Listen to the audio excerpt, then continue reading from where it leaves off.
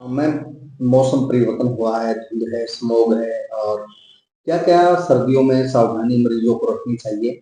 लगातार जो है प्रदूषण फैल रहा है और एलर्जी के रोगी जो है वो ज़्यादातर आ रहे हैं और इस स्मॉग से कहीं न कहीं दमा के रोगियों को परेशानी का सामना करना पड़ रहा है। क्या कुछ कहना है?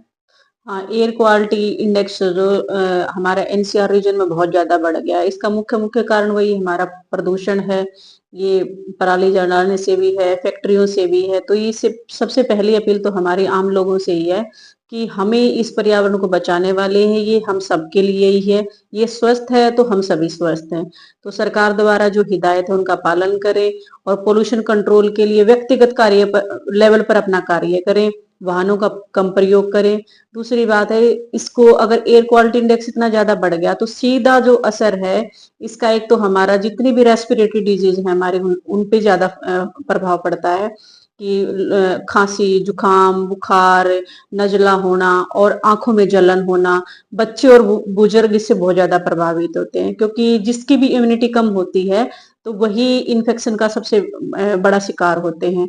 तो इस ध्यान रखते हुए सरकार ने प्राइमरी तक के स्कूल लगभग बंद कर दिए हैं एनसीआर में, जो बहुत ही अच्छा काम है। और बुजुर्गों से भी ये निवेदन है कि कम से कम बाहर निकले क्योंकि बुजुर्ग ज्यादा प्रोन होते हैं ऐसी डिजीज के संपर्क में आने के। और आंखों के लिए है कि अपना आप कहीं व्हीकल पे जा रहे हैं तो चश्मा पहन के जाएं, बाहर से आते ही तुरंत अपनी आंखों को धो। आयुर्वेद में बहुत अच्छा इसका रोकथाम है। क्या कुछ होता है? आयुर्वेद में क्या है कि जैसे ये सारे के सारे एक तरीके से एलर्जन डिजीज हैं, तो आपको नाक से फैल रही है, मुंह से है, आंखों में जलन हो रही है, त्वचा पे है, तो पहले ये सबसे आयुर्वेद में हमारे अणु तेल होता है। अगर 2 ड्रॉप अणु तेल की अपने नाक पे लगाते हैं तो जो डस्ट पार्टिकल होते हैं, जो गंदी हवा है, उसके सामने ही रुक जाते हैं, तो हमारा जो ब्रीदिंग सिस्टम है इससे बहुत ज्यादा इस पे नुकसान नहीं पड़ता है। अणु तेल में जो हमारा जो पुराना नजला होता है, एलर्जिक राइनाइटिस है, उसको भी बहुत अच्छे से कंट्रोल करता है। फिर हमारे चित्रकादि वटी, संसमन वटी और गिलोय घनवटी बहुत अच्छा काम करते हैं इम्यूनिटी को करने के लिए, कंट्रोल करने के लिए, बढ़ाने के लिए। शीतोपलादी चूर्ण है हमारा, अगर हमारे खांसी होती है तो शहद के साथ इसको लिया जाता है। पीने के लिए कनकासव है और लेने के लिए चित्र खरीद की है। और इस मौसम में आंवला वो इम्यूनिटी बढ़ाने में काम करता है।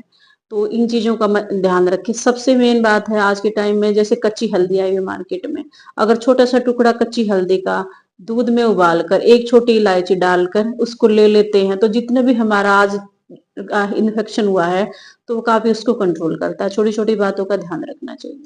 एलर्जी के मरीज काफ़ी आ रहे हैं और मैम आयुर्वेद में ही इसका इलाज संभव भी है, सफ़ेद दाग है और मैं देखता हूँ कई बार यहाँ जो आपके पास भी ओपीडी एलर्जी की ज़्यादा आई है। क्या एहतियात बरतें मरीज? हाँ, झज्जर जैसे एरिया में मैंने ये नोट किया काफ़ी सालों से कि जो त्वचा संबंधी जो रोग है ना वो ज़्यादा देखने को मिलते हैं। हो सकता है कि यहाँ के हार्डनेस ऑफ वाटर ज़्यादा हो और हमारा जो एटमॉस्फेयर है जो वो भी हो सकता है, पोल्यूशन भी कारण हो सकता है, लोगों का पर्सनल हाइजीन भी हो सकता है, जिस पे हम काम भी करते हैं। तो इसके लिए एहतियात ये, एक तो स्वच्छता बहुत ज़रूरी है, पर्सनल हाइजीन बहुत रखना चाहिए इसमें।